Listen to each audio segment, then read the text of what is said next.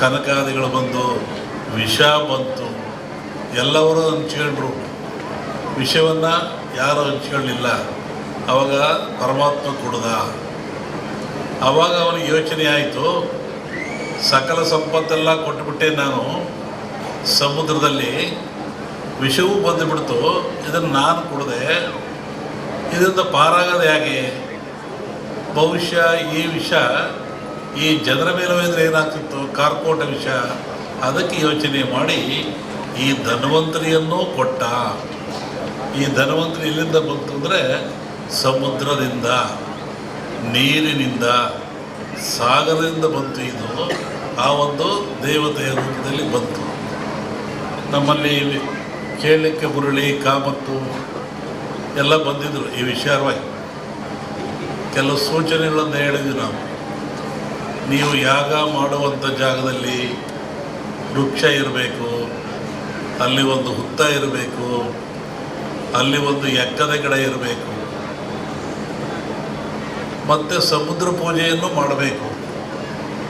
ಯಾಕೆಂದರೆ ಮೂಲ ಸಮುದ್ರವೇ ಮೂಲ. ಇದಕ್ಕೆ ಗಿಡ, ವೃಕ್ಷ, ಬಳ್ಳಿ ಇದಕ್ಕೆಲ್ಲ ಸಮುದ್ರವೇ ಮೂಲ, ಅಲ್ಲಿಂದ ತರಬೇಕು. ಹಾಗೆ ಹೀಗಾಗಿ ಈ ಒಂದು ಯಾಗ ಭಾಳ ಚೆನ್ನಾಗಿ ನಡೀತಾ ಇದೆ ಭೂಮಿ ಮೇಲೆ. ಅದರಲ್ಲೂ ಈ ಕರಾವಳಿ ನಡೆದಿದ್ರೆ ಅತ್ಯಂತ ಮನುಕುಲಕ್ಕೆ ಆದರ್ಶವಾಗಿರ್ತಕ್ಕಂಥದ್ದು, ಪ್ರಾಯಶ್ಯವಾಗಿರ್ತಕ್ಕಂಥದ್ದು, ದೀರ್ಘಾಯುಷ್ಯದ ಗುಟ್ಟನ್ನು ನಮ್ಮವರು ಕೊಟ್ಟಿದ್ದಾರೆ.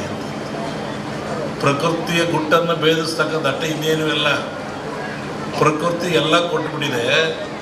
ಅದರ ಗುಟ್ಟನ್ನು ಭೇದಿಸಿ ಮನುಷ್ಯ ಉಪಯೋಗ ಪಡಿತಕ್ಕಂಥದ್ದು, ಆರೋಗ್ಯವಂತನಾಗ್ತಕ್ಕಂಥದ್ದು. ಹೋಮಗಳಂದರೆ ಏನು? ಹೋಮವನ್ನು ಯಾತಕ್ಕೋಸ್ಕರ ಮಾಡ್ತಾರೆ? ಅದರ ಉದ್ದೇಶ ಏನು? ಒಂದು ಕಲ್ಪನೆ ಆಧ್ಯಾತ್ಮಿಕ ಚಿಂತನೆ, ಮತ್ತೊಂದು ಕಲ್ಪನೆ ವೈಜ್ಞಾನಿಕವಾಗಿ ಚಿಂತನೆ.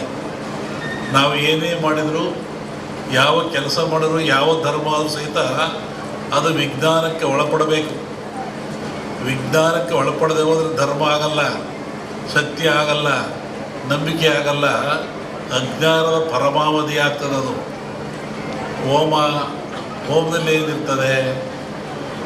ವನಸ್ಪತಿಗಳನ್ನು ಹಾಕ್ತಾರೆ, ಆಜ್ಯವನ್ನು ಹಾಕ್ತಾರೆ, ಅಗ್ನಿಯನ್ನು ಕೊಡ್ತಾರೆ. ಈ ಗಿಡಮೂಲಿಕೆಗಳು ಅಂತ ಹೇಳಿದ್ರು ನಾನು.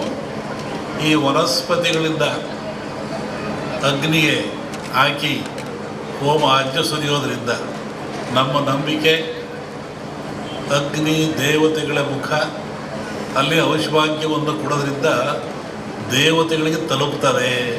ಆವಾಗ ನಾಡು ಸಮೃದ್ಧಿಯಾಗಿರ್ತದೆ, ರೋಗ ರುಜಿನ ದೂರವಾಗ್ತದೆ. ಒಂದಾದರೆ ಅಗ್ನಿಯನ್ನು ಆರಾಧನೆ ಮಾಡಿದವರು ಯಾರು? ಇದು ಒಂದು ಪ್ರಶ್ನೆ. ಅಗ್ನಿಹೋತ್ರಿಗಳು ಅಂತಿದ್ದಾರೆ, ಅವರು ನಿತ್ಯವೂ ಅಗ್ನಿ ಆರಾಧನೆ ಮಾಡಿ ಪೂಜೆಗಳನ್ನು ಮಾಡ್ತಾರೆ. ಅದು ಒಗ್ಗದ ಭಾಗದಲ್ಲಿರಲಿ, ಜಗತ್ತಿನ ಯಾವ ಸಮಾಜ ಇರಲಿ, ಯಾವ ಜನ ಇರಲಿ, ಯಾವ ಕುಲ ಇರಲಿ, ಯಾವ ಪಂಥ ಇರಲಿ, ಅಗ್ನಿಯನ್ನು ಆರಾಧನೆ ಮಾಡದಿರೋರು ಯಾರು? ದೀಪ ಹಚ್ತೀರ ನೀವು ಮನೇಲಿ, ಅದೇನು? ಅಗ್ನಿ.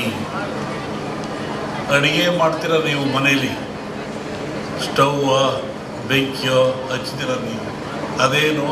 ಅಗ್ನಿ. ನಾವು ನಿತ್ಯ ಬಾಳಲಿಕ್ಕಾಗಿ, ಬದುಕಲಿಕ್ಕಾಗಿ ಆಹಾರ ತಯಾರು ಮಾಡ್ತೀವಲ್ಲ, ಅದು ಯಾವುದು? ಅಗ್ನಿಯ ಮುಖಾಂತರ. ಹಾಗೆ ಅಗ್ನಿ ಜಗತ್ತಿನ ಚರಾಚರಕ್ಕೆ, ಮನುಕುಲಕ್ಕೆ ಆದರ್ಶ, ಅವಶ್ಯಕ. ಅಗ್ನಿಯಿಂದ ಯಾವುದೂ ಇಲ್ಲ. ಧಾರ್ಮಿಕವನಾಗಿ ಅಗ್ನಿಗೆ ಭವಿಷ್ಯವನ್ನು ಕೊಡ್ತೀವಿ ಅಂತ ಹೇಳೋದು ಬಂದಾದರೆ ಅದನ್ನು ವಿರೋಧ ಮಾಡೋದು ಒಳ್ಳೆತನ ಅಲ್ಲ. ಯಾಕೆ ವಿರೋಧ ಹೇಳಿದ್ರೆ, ಅಗ್ನಿಯೇ ಆಧಾರ ನಮಗೆ. ಅನ್ನ ಮಾಡಲಿಕ್ಕೆ, ಚಹಾ ಕುಡಿಲಿಕ್ಕೆ, ಒಂದು ರೊಟ್ಟಿ ಮಾಡಿಕೊಳ್ಳಲಿಕ್ಕೆ ಏನು ತಿನ್ನೋಕ್ಕೆ ಅಗ್ನಿ ಬೇಕು. ಅಗ್ನಿ ದೈವೋ ಭವ. ವೈಜ್ಞಾನಿಕೂ ಅಗ್ನಿ ನಮಗೆ ಬೇಕಾಗ್ತಾನೆ. ಆನಂತರ ಕಟ್ಟಿಗೆಗಳು, ಎಕ್ಕ, ಮಾವು, ಮುತ್ತುಗ ಇವೆಲ್ಲ ಬರ್ತವೆ. ಒಂದೊಂದು ಗಿಡದಲ್ಲಿ ಒಂದೊಂದು ಶಕ್ತಿ ಇರ್ತದೆ, ಒಂದೊಂದು ಫಲವನ್ನು ಕೊಡ್ತವೆ. ಕಾಡಿನಲ್ಲಿ ಋಷಿಗಳು ಆಶ್ರಮದಲ್ಲಿ ಯಜ್ಞವನ್ನು ಮಾಡ್ತಾಯಿದ್ರು, ಹೋಮವನ್ನು ಮಾಡ್ತಾಯಿದ್ರು. ಅಂದರೆ ಆ ಧೂಮದಿಂದ, ಆ ಹೊಗೆಯಿಂದ ಪರಿಸರ ಶುದ್ಧವಾಗ್ತಾ ಇತ್ತು. ಮತ್ತೊಂದು ಒಳ್ಳೆ ಮಳೆ ಬೆಳೆಗಳು ಬರ್ತಾ ಇತ್ತು. ಕ್ರೂರವಾದ ಪ್ರಾಣಿಗಳು ಕಾಡಿನಾಗ ಯಾರು ಇರ್ತಾರೆ? ಕ್ರೂರವಾದ ಪ್ರಾಣಿಗಳಿರ್ತವೆ. ಆ ಪ್ರಾಣಿಗಳು ಸಹಿತ ಮನುಷ್ಯನನ್ನು ಹಿಂಸೆ ಮಾಡಲ್ಲ. ಈ ಯಜ್ಞ ಮಾಡೋದ್ರಿಂದ, ಹೋಮ ಮಾಡೋದ್ರಿಂದ, ಆ ಬಂದ ಧೂಮದಿಂದ ಮನಸ್ಸು ಪರಿವರ್ತನೆಯಾಗಿ ಶಾಂತ ಸ್ವಭಾವಕ್ಕೆ ಬರ್ತವೆ. ಆವಾಗ ಮನುಷ್ಯನೊಂದಿಗೆ ಅವು ಸ್ನೇಹಿಗಳಾಗ್ತವೆ. ಅನೇಕ ಕಥೆಗಳನ್ನು ಕೇಳಿದ್ದೀವಿ. ಸ್ವಾಮಿಗಳಿದ್ದರು, ಅಲ್ಲಿ ಹುಲಿ ಬರ್ತಾ ಇತ್ತು, ಸಿಂಹ ಬರ್ತಾ ಇತ್ತು, ಹುಲಿ ಮೇಲೆ ಸ್ವಾಮಿಗಳು ಹೋಗ್ತಾ ಇದ್ರು.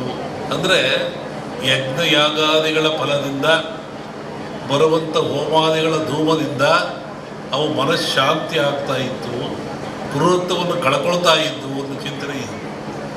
ಆನಂತರ ರಾಜರು ಮಹಾರಾಜಗಳು, ಇವತ್ತಿನ ರಾಜರಿಗೆ 10 ರೂಪಾಯಿ ಕೊಡೋ ಶಕ್ತಿ ಇಲ್ಲ ಸರ್ಕಾರದನ್ನು. ಆವತ್ತಿನ ರಾಜರುಗಳಿಗೆ ತಲೆಯನ್ನು ಕಡಿಸುವಷ್ಟ ಶಕ್ತಿ ಇತ್ತು. ಇದ್ದಲ್ಲೇ ಆದೇಶ ಕೊಡ್ತೆ ತಲೆ ಕಟ್ಟು ಮಾಡುವಂತಿದ್ದ ಅವನು. ಅಂತಹ ಶಕ್ತಿ ಅವನಿಗಿತ್ತು, ಸಾರ್ವಭೌಮತ್ವವಿತ್ತು. ಅಂಥವ್ರು ಏನು ಮಾಡ್ತಾಯಿದ್ರು? ನಾರ್ಮುಡಿಯಲ್ಲಿ, ಬರಿಗಾಲಿನಲ್ಲಿ ಕಾಡಿಗೆ ಹೋಗಿ, ಆಶ್ರಮಕ್ಕೆ ಹೋಗಿ, ಋಷಿಗಳ ಮುನಿಗಳಿಗೆ ಶಿರವಾಗಿ ಆ ಅಗ್ನಿ ಹೋಮದಲ್ಲಿ ಪಾಲ್ಗೊಂಡು ಸುಭಿಕ್ಷೆಯನ್ನು ಬೇಡ್ತಾ ಇದ್ದರು, ನಾಡಿನ ಸುಖವನ್ನು ಬೇಡ್ತಾ ಇದ್ದರು, ಆಶೀರ್ವಾದ ತಗೊಂಡು ಬರ್ತಾಯಿದ್ರು. ಅಂದರೆ ಈ ಹೋಮಗಳು ಆಧ್ಯಾತ್ಮಿಕವಾಗಿ ಹೌದು, ನಾಡಿಗೆ ಮಳೆ ಬೆಳೆ ರೋಗ ರುಜಿನಗಳನ್ನು ದೂರ ಮಾಡುವಂಥ, ಆಯುಷ್ಯವನ್ನು ಕೊಡುವಂಥ ಶಕ್ತಿ ಹೌದು. ಇಲ್ಲಿ ವಿಶೇಷವಾಗಿ ಆಜ್ಯ ಅಂತ ಬರ್ತದೆ. ಆಜ್ಯ ಅಂದರೆ ತುಪ್ಪ ಅಂತೇಳಿ. ನಾನು ಬೆಳಿಗ್ಗೆ ಆಗಲೇ ಹೇಳ್ತಾ ಇದ್ದೆ, ನಮ್ಮ ಹತ್ರ ಬಂದಾಗ ಯಾವುದನ್ನು ಆಜ್ಯ ಅಂತ ಕರಿತೀವಿ, ಆಜ್ಯದ ಮಹತ್ವವೇನು? ಹಾಲು ಕರಿತೀರ ನೀವು, ಹಾಲನ್ನು ಕರಿತೀರ, ಅದರ ಆಯುಷ್ಯ ಎಷ್ಟು? ಹಾಲಿನ ಆಯುಷ್ಯ, ಹಾಲು ಕರೆದ ಹಾಲಿಗೆ ಆಯುಷ್ಯ ಎಷ್ಟು? 12 ಗಂಟೆ.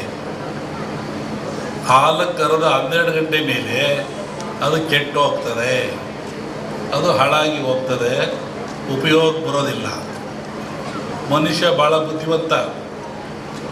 ಈ ಹಾಲನ್ನು ಕೆಡದಂಗೆ ಇಟ್ಕೊಂಡು ನಾನು ಉಪಯೋಗ ಮಾಡಬೇಕು ಅಂತಾನೆ.